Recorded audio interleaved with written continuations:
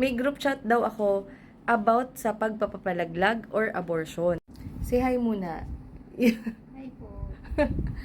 So, may nag-message sa akin na nagtatanong at humihingi ng tulong about sa pagpapalaglag. Ang sabi niya, meron daw kasi akong GC, kung pwede ko daw isama siya dun sa GC about sa pagpapalaglag, tulungan ko daw siya. Ngayon, wala naman akong GC. Ito ha, wala po akong GC about sa mga ganung bagay. Actually, yung video ko po na ina-upload is para sabihan na hindi pwede yung Cortal, yung Coke, ganyan, para sa pagpapalaglag. Or yung mga kabataan na nag-iisip na ilaglag yung mga bata. Ngayon, nag-iisip ako, saan nakuha?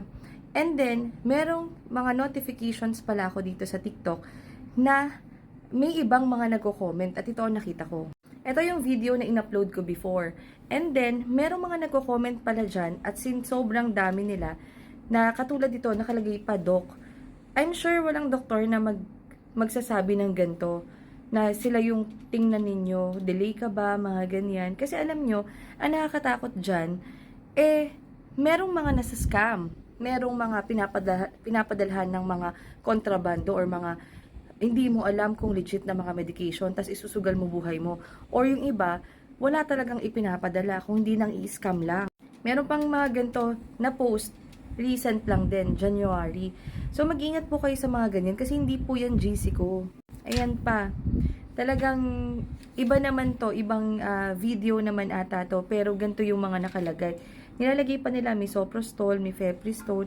Ang problem kung bibili kayo, willing ba kayo na isugal nyo yung buhay nyo sa tao na hindi naman ninyo sigurado kung ano talaga yung binebenta nila or kung legit ba yan or kung legit man yan, malalagay sa panganib ang inyong buhay. Tapos, ako pa yung madadamay kasi GC ko.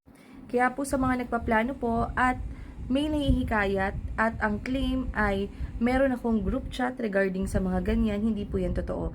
At kung kayo naman po ay nagbabalak, huwag niyo pong kontakin yan kasi kayo po yung madedelikado. Okay lang po sana kung hindi madedelikado ang buhay ninyo, pero kasi kayo lang din po ang mahihirapan at kayo din po ang gagastos at kayo din po mawawalan ng pera dahil po sa pag-contact sa mga ganyan. So, pag po may nakita po kayong ganyan, please report it.